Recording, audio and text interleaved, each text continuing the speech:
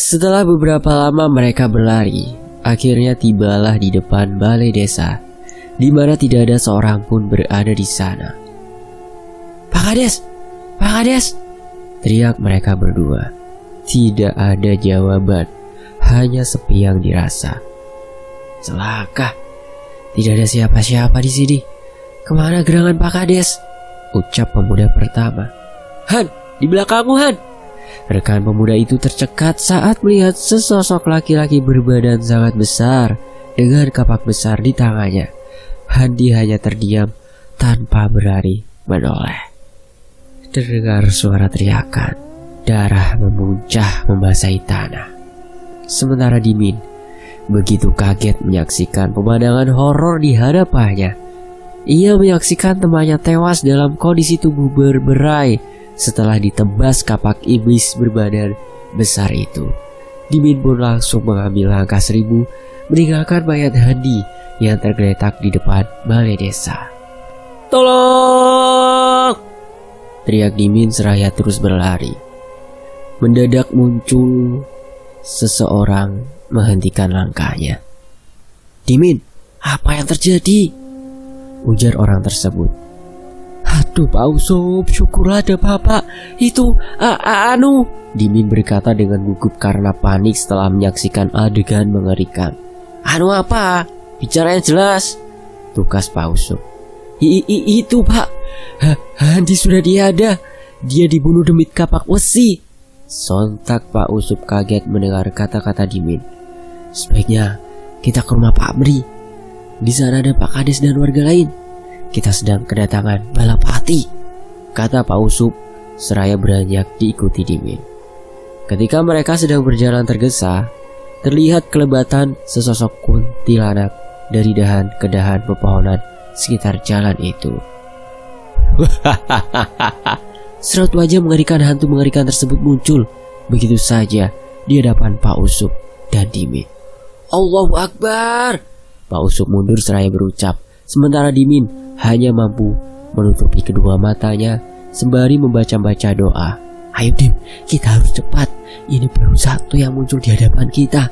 Jangan sampai kita ketemu kapak besi dan sang kapati. Mereka sangat mengerikan. Oh ya, jangan lupa sang caireng juga sama berbahayanya," ucap Pak Usup seraya menarik tangan Dimin untuk kemudian berlari melewati sela-sela pepohonan. Mereka berdua terus berlari hingga mencapai suatu rumah besar yang terbuat serba dari kayu. Bahkan atapnya pun terbuat dari kayu tahan air. "Celaka, kita tidak menemukan jalan ke rumah Pak Asmar. Rumah ini adalah mimpi buruk.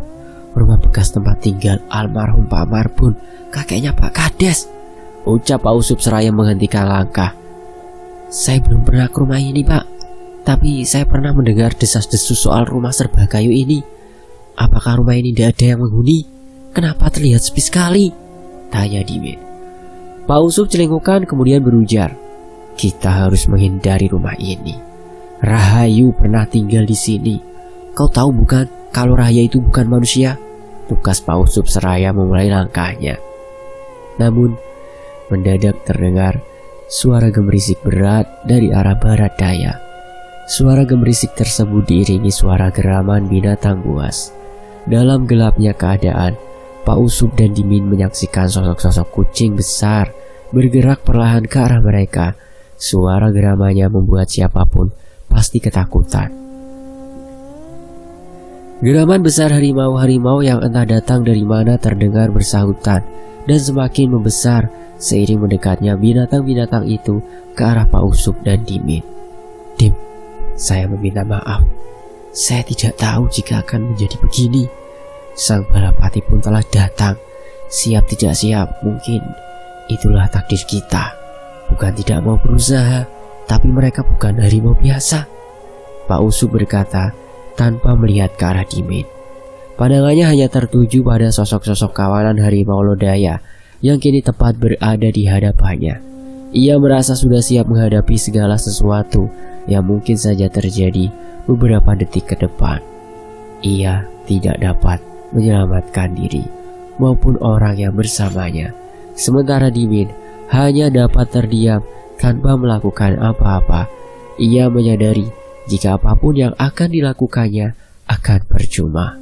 Lari tidak dapat menyelamatkannya, karena harimau-harimau tersebut telah mengepungnya dan Pak Usup.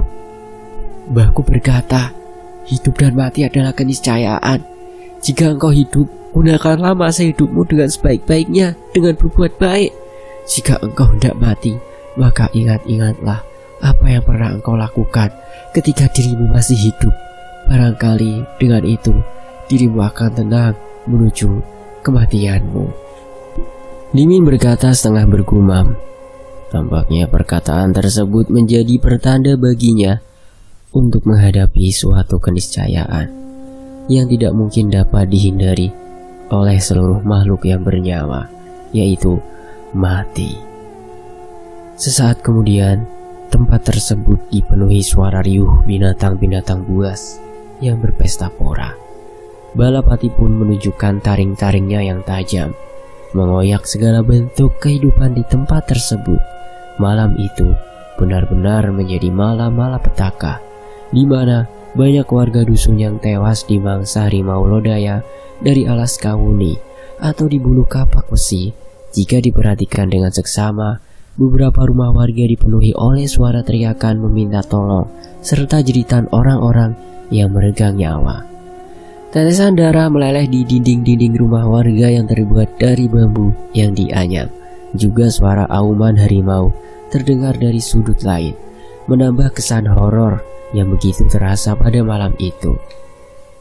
Suara jerit kematian membuncah dari dalam rumah-rumah warga, diiringi suara benturan keras. Beberapa di antaranya terlihat mengobarkan api hingga menerangi kondisi dusun yang gelap. Di salah satu rumah yang berdekatan dengan beberapa rumah yang sedang dilanda kebakaran hebat, tampak Pak Dodi bersama Rasmi, Rina, Laila, Rumsah, Pak Asmar, dan istrinya sedang berkumpul di ruang tengah dengan wajah tegang. Ki Rawuh benar-benar mengamuk. Dia mengirimkan balapatinya untuk membinasakan desa ini. Sekarang pilihan ada pada kita masing-masing. Pergi dari sini dan mengosongkan desa atau bertahan kemudian mati di tangan para demit itu, ujar Pak Dodi seraya menghela nafas. Semua orang hanya bisa tertegun dengan perasaan takut, bukan kepalang. Mereka hampir tidak dapat berkata apa-apa lagi untuk mengomentari apa yang terjadi terhadap desa mereka. Pasti ada cara untuk menghentikan pembantaian ini, Pak. Yang perlu kita lakukan hanya mencoba. Saya siap mengorbankan diri. Jika memang harus, saya tidak boleh menyia-nyiakan pusaka pemberian almarhum ayah. Saya ingin kita membunuh Ki Rawuh. Pak, sudah jelas dialah biang keladinya. Terlepas Ki Rawuh itu ada 2 atau lebih. Tugas Rasmi, seraya melihat ke arah jendela. Jika kita diam saja, akan banyak korban berjatuhan. Dalam keadaan begini, kita tidak mungkin bisa pergi ke alas kawuni. Kita harus menunggu sampai Pak Usup kembali, tugas Pak Dodi. Mungkin Pak Usup tidak akan kembali. Jika nekat kembali, bisa saja ia sekarang sudah tiada, Pak. Keadaan gonjang-ganjing seperti sekarang pernah terjadi sebelumnya, waktu wilayah ini masih berupa kerajaan. Nenek saya menceritakannya berdasarkan cerita dari mulut ke mulut di keluarga saya, Pak. Ada tahu Ki Ambar? Ucap Rasmi sambil menatap Pak Dodi. Saya pernah mendengar soal Ki Ambar. Ia adalah seorang resi dari golongan putih pada zaman Pajajaran. Ia banyak membela kebenaran. Hanya itu yang saya tahu, tukas Pak Dodi. Ki Ambar adalah buyut saya, Pak. Meski bukan seorang raja, namun beliau adalah keturunan Raja Pajajaran yang tidak banyak dikenal orang. Beliau lebih memilih menjadi seorang guru silat daripada mengejar tahta. Di masa tuanya, ia memilih bertapa di suatu hutan terpencil di Jawa Timur.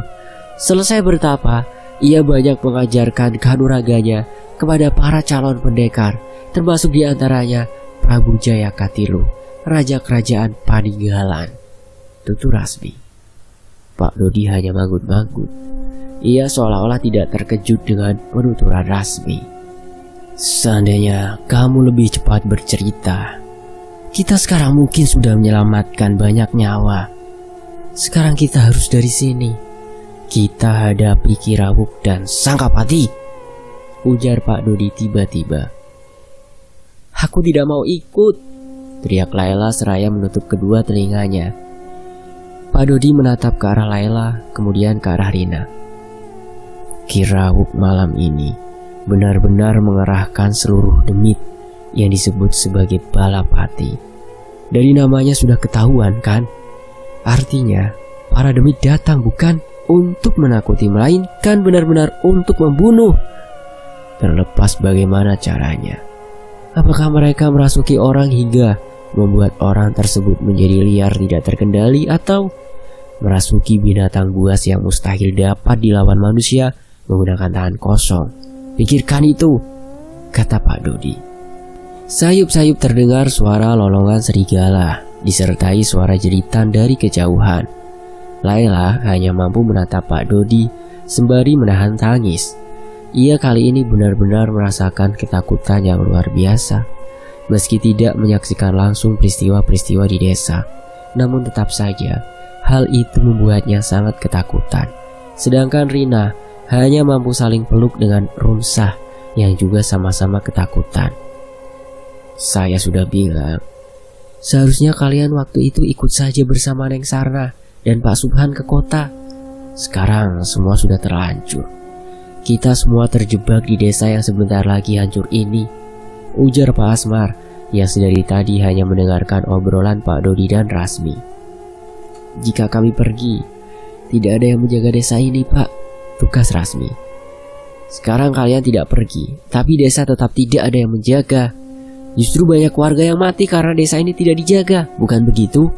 Kata Pak Asmar, membuat Rasmi teriak. Pak Asmar, dari dulu desa ini memang tidak ada penjaganya, tapi aman-aman saja hingga malam ini. Memang inilah takdir kita, harus menghadapi peristiwa yang sama buruknya dengan eksekusi massal para anggota PKI di tanah pengorbanan. Seharusnya lahan itu tidak dinamakan demikian, karena menurut orang tua zaman dulu, nama bisa menjadi sebuah kutukan yang lekat selamanya, ucap Pak Dodi sembari menatap ke arah Pak Asmar. Kapan kita akan berangkatnya, Pak? Jika kita terus di sini, mereka akan segera mencapai tempat ini. Belum lagi orang-orang yang kerasukan. Mereka akan menghabisi siapapun yang ditemuinya, ujar Rasmi membuat Pak Dodi menepuk jidat. Oh ya, baiklah. Sebaiknya kita keluar sekarang. Namun, kita harus mempersiapkan segala sesuatu yang perlu untuk kita bawa, ucap Pak Dodi seraya bangkit dari duduknya.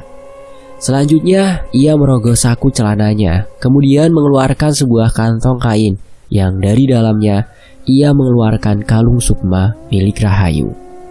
Selanjutnya, ia mengenakan kalung tersebut di lehernya. Apa itu tidak akan jatuh, Pak? Tanya Rumsah yang turut bangun dari duduknya. Kalung ini tidak akan jatuh.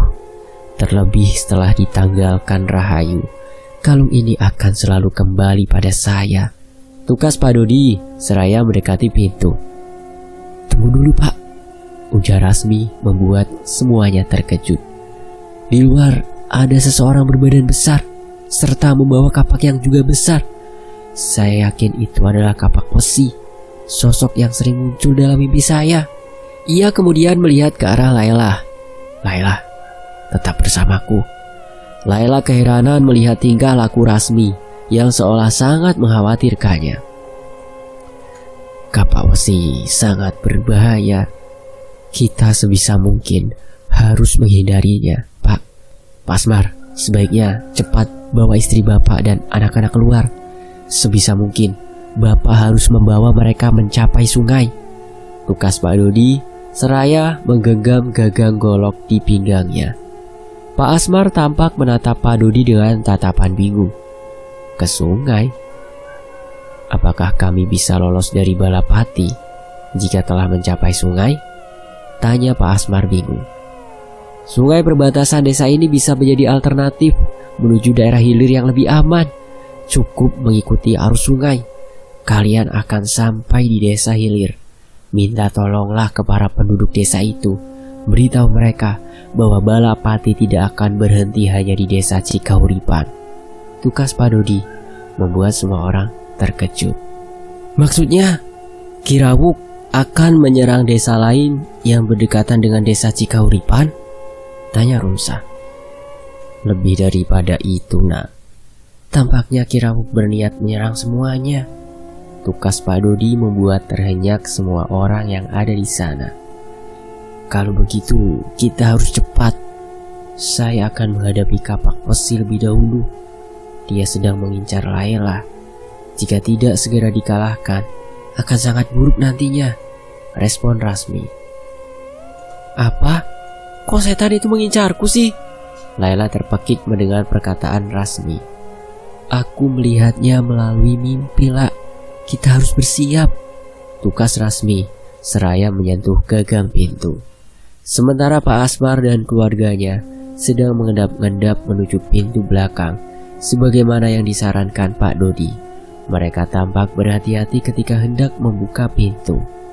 Saya akan bersama mereka. Maaf Rasmi, aku tidak bisa ikut denganmu, ujar Laila seraya berjalan ke arah dapur di mana Pak Asmar dan keluarga sedang berjibaku membuka pintu. Laila, ucap Rina seraya mencoba mencegah Laila. Rina, biarkan dia. Mungkin ini yang harus terjadi. Jika tidak begini, ceritanya bisa akan lain, kata Rasmi. Pak Asmar bersama Bu Asmar putrinya dan Laila keluar dari rumah setelah pintu berhasil dibuka. Sedangkan Rasmi bersama Pak Dodi, Rina dan Rumsa mengawasi mereka. Rasmi nampak berjalan ke arah pintu yang sudah terbuka, kemudian menatap ke arah rombongan Pak Asmar yang sedang berjalan menjauh menembus gelapnya malam. Aku khawatir setan itu menyusul mereka, Pak, ujar Rina dengan cemas. Pak Dodi hanya menatap ke arah Rina, kemudian menyentuh anak kunci dan memutarnya. Ceklek. Pak Dodi membuka pintu seraya dengan was-was melihat-lihat sekeliling. Makhluk itu tidak ada di depan rumah. Jangan-jangan. Pak Dodi tertegun seraya menutup kembali pintu yang baru ia buka. Kita ke belakang, serunya seraya berlari ke arah dapur. Otomatis Rumsa dan Rina turut menyusul Pak Dodi. Lalu Rasmi, dia tiba-tiba saja tidak ada di dalam rumah, bahkan di dapur, tempat ia terakhir berada. Pak Dodi bersama Rumsa dan Rina berlari menerjang kegelapan, menyusul Rasmi yang lebih dahulu menyusul Pak Asmar dan yang lain. Tepat sekitar 50 meteran ke depan, Rasmi sedang tertegun di tempat melihat Laila sedang dihadang sesosok tinggi besar berkapak yang tak lain adalah Kapak Wesi. Sementara Pak Asmar bersama keluarganya tidak terlihat sama sekali. Laila, ucap Rasmi lirih saat menyaksikan sepupunya itu sedang dalam bahaya. Laila tampaknya tidak dapat melarikan diri dari sosok itu. Mungkin saja ia sudah pasrah menerima nasib buruknya malam ini. Rasmi sejenak terpekur kemudian memunculkan keris yang tempo hari digunakan untuk melawan Sanca Ireng. Aku harus bisa. Jangan sampai aku gagal menyelamatkan Laila, ucapnya seraya dengan perlahan melangkah. Sementara Laila yang sedang terancam Kapak Wesi hanya bisa menunduk. Ia merasa pasrah dengan apapun yang akan menimpanya. Kemunculan demit yang dapat menyentuh bahkan membunuh manusia itu dirasanya memang bukan sesuatu yang aneh, mengingat desa tersebut berada di tengah-tengah pemukiman para demit. Laila sejenak memejamkan kedua matanya ketika Kapak Wesi mengayunkan kapak besarnya ke lehernya. Ces! Darah membuncah membasahi area tersebut berikut sekujur badan Laila. Suatu mata tombak berlumur darah menembus keluar dari dada Kapak Wesi. Demit bertubuh manusia itu berteriak dengan suara membahana, mengiringi keluarnya sosok halus dari mulutnya. Wah! Laila terkejut melihat hal tersebut. Ia pun segera menyadari ada seseorang di belakang Kapak Wesi yang telah membunuh makhluk tersebut. Seorang laki-laki berusia sekitar 25 tahun ke atas. Ia tampak menggenggam gagang tombaknya seraya menatap tegas ke arah jasad kapak besi yang masih tertancap tombaknya. Rasmi yang melihat kejadian tersebut langsung mendekat. "Laila, kau baik-baik saja kan?" ucapnya seraya menghampiri Laila. Kemudian menarik gadis itu menjauh dari jasad kapak besi. "Siapapun kamu, saya sangat berterima kasih karena kamu telah menyelamatkan saudari saya," ucapnya seraya menatap ke arah laki-laki itu. Laki-laki pembunuh kapak besi mencabut tombaknya, kemudian memutarkan pandangannya. Tak lama, ia menatap ke arah rombongan Pak Dodi yang telah tiba bersama Rina dan Rumsah. "Irman, kamu pulang nak," ujar Pak Dodi seraya menghampiri laki-laki yang ternyata adalah putranya. "Sebaiknya Mbak jaga baik-baik saudarinya. Jangan sampai ia lepas dari pandanganmu," ucap Irman ke Rasmi. Kemudian mengalihkan perhatian ke arah Pak Dodi. "Hari ini sebetulnya Irman memang berniat pulang, Pak. Kebetulan sedang ada libur kerja, jadi saya pulang bersama Handi dan Dimin. Sayangnya, sesampainya di sini keadaan sangat kacau. Pembunuhan di mana-mana, benar-benar tidak terbayangkan sebelumnya," kata Irman seraya menancapkan tombak ke tanah. "Kamu bersama Handi dan Dimin? Kemana mereka berdua?" tanya Pak Dodi. "Mereka telah tiada, Pak," Irman berkata sembari menggelengkan kepala. "Apa?" Pak Dodi terkejut mendengar ucapan Irman. "Handi telah dibunuh kapak besi dan saya terlambat menyelamatkannya. Dimin telah tewas di mangsa maung lodaya. Saya menemukan kepalanya bersama kepala Pak Usup di depan rumah kayu," lanjut Irman, membuat Pak Dodi yang lain terkejut, bukan kepalang, sekaligus mereka kehilangan.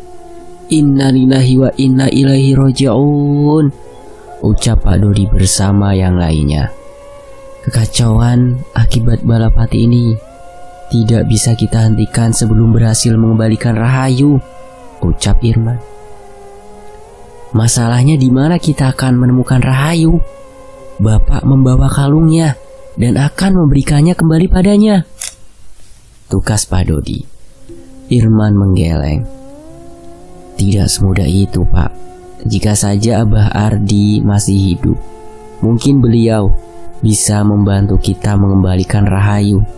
Tanpa beliau, kita tidak akan bisa melakukannya, meski kita memiliki lembaran kain putih itu," kata Irman, membuat Pak Dodi terdiam. "Saya akan membantu mengembalikan Rahayu, Pak Kades. Barangkali dengan pusaka yang saya punya, saya dapat membantu mengembalikan Rahayu ke sosok semula," kata Rasmi. Irman menatap penuh selidik ke arah Rasmi. Tampaknya ia merasa aneh dengan pernyataan Rasmi barusan. "Bapak tidak pernah memberitahu saya jika ada seseorang yang memiliki pusaka gaib itu," ujarnya seraya menatap Pak Dodi dan Rasmi bergantian. "Bapak juga baru tahu, Man," tukas Pak Dodi. "Sebelum menemukan Hadi terbunuh, saya sempat bertemu Sangkapati. Ia tidak terlihat seperti Sangkapati.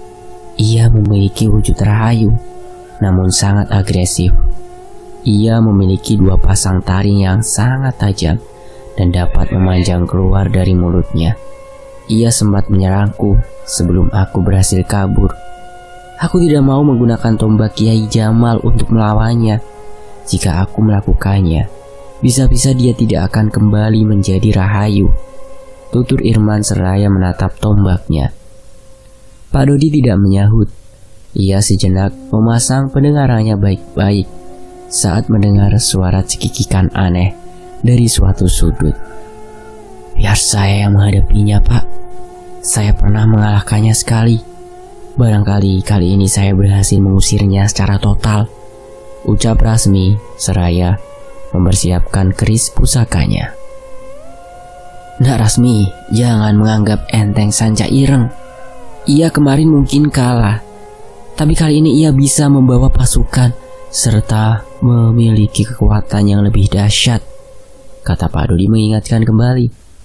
Loh, itu kan Dita, pekik Rina saat melihat seseorang muncul sembari berjalan setengah terhuyung. Rina segera menghampiri sosok Dita, namun dicegah Laila. Kamu ingat gak, Rin, waktu kita di rawa gaib, yang jalannya seperti itu bukan Dita? Masa tidak bisa membedakan Dita dengan demit segawon? Semprot Laila, seraya menarik Rina menjauh. Demit segawon? Kau wujudnya perempuan cantik, gumam Irman. Jangan cuma melihat penampilan, Mas. Zaman sekarang banyak perempuan berwajah cantik tapi berhati iblis. Itu berlaku bukan hanya untuk manusia, tapi makhluk yang di sana juga.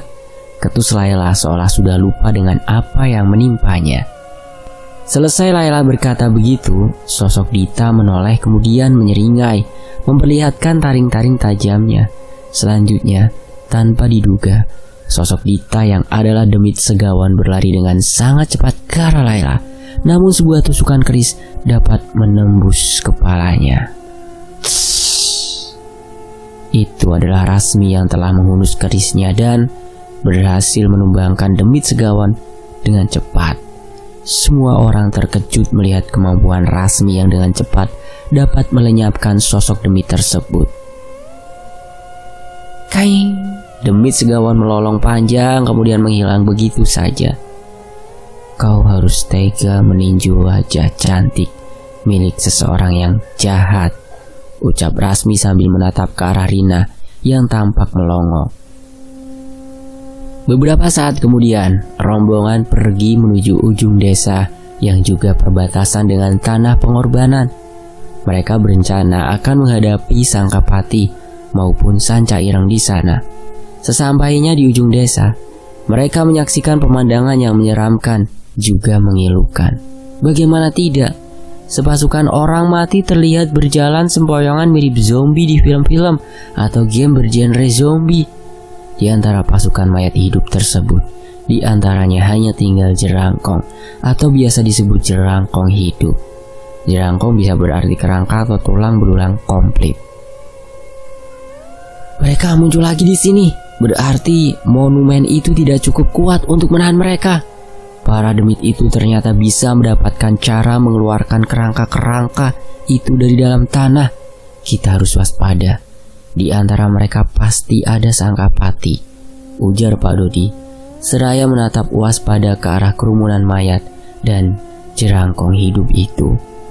Tak lama kemudian dari balik kerumunan mayat dan jerangkong hidup itu muncul sesosok perempuan yang adalah Sangkapati. Kali ini mengenakan kebaya serba hijau, tidak seperti yang dulu-dulu. Penampilan baru, ucap Laila disambut toleran Rina. Kita jangan terpencar, tetap bersama. Jika terjadi sesuatu yang tidak diinginkan, kita kabur, ucap Rasmi. Irman melangkah ke depan dengan berani sembari menggenggam tombaknya. Hati-hati, Man. Bukan tidak mungkin mayat-mayat itu akan mengeroyok kita, ujar Pak Dodi seraya membelitkan kalung sukma di telapak tangannya. Irman mengangguk seraya kembali bergerak maju. Namun tiba-tiba suatu sosok berwarna hitam menerjangnya dengan sangat kuat. Irman! Seru Pak Dodi seraya berlari ke arah Irman yang terjungkal oleh serangan mendadak itu. Hehehe, aku akan menghabisi kalian semua, teriak sosok berwarna hitam itu seraya menerjang kembali ke arah Pak Dodi. Pak Dodi dengan sigap menghindar dengan cara bergulir. Sosok hitam tersebut kembali melakukan serangan. Kali ini, ia mengincar 3 orang yang dianggapnya mudah untuk dihabisi sekaligus, yaitu Rina, Laila, dan Rumsah. Namun Rasmi tidak tinggal diam. Ia lantas menghadang sosok itu, seraya berujar, "Sudah merasa lebih sakti dari kemarin, ah?" Sosok tersebut menyeringai seraya melakukan serangan berupa cakaran ke arah Rasmi. Shh, shh, shh. Dengan suara desisan yang keras, Sanca Ireng menerjang ke arah Rasmi dalam posisi melayang. Rasmi menghadang serangan itu dengan tebasan keris yang sudah ia persiapkan sebelumnya. Sanca Ireng tidak melanjutkan serangannya. Ia lantas berbalik hendak menyerang Pak Dodi dan Irman sekaligus karena mereka sedang di titik yang sama. Irman yang jengkel karena serangan makhluk itu lantas melemparkan tombak seperti melempar lembing hingga tombak tersebut melesat kencang, kemudian menancap ke dada Sanca Ireng hingga menembus punggungnya. Sanca Ireng berteriak kesakitan, kemudian jatuh ke tanah. "Aku akan mengakhirimu, ular!" Irman menjejak leher Sanca Ireng hingga wujud halus demit tersebut keluar, kemudian menguar untuk selanjutnya menghilang. "Apa dia tidak akan kembali lagi?" tanya Rina setelah wujud Sanca Ireng menghilang menjadi debu. "Tidak akan, kecuali ada manusia yang sengaja membangkitkannya." Tugas Irman seraya mengambil tombaknya. Ia melihat ke arah belakang tepat di mana Sangkapati sedang berjalan setengah melayang di atas tanah ke arahnya dan kawan-kawan. Pak Dodi segera bersiap dengan kalung di tangannya. Ia bersiap untuk mengembalikan Rahayu untuk kedua kalinya. Apakah Pak Dodi dan kawan-kawan berhasil melawan Sangkapati? Cari tahu di bagian berikutnya ya. Sampai di sini dulu teman-teman. Sampai jumpa di bagian berikutnya. Terima kasih banget Cep. Terima kasih buat teman-teman yang udah mau nyimak kisah ini di sini. Tetap di Fakta Sejarah.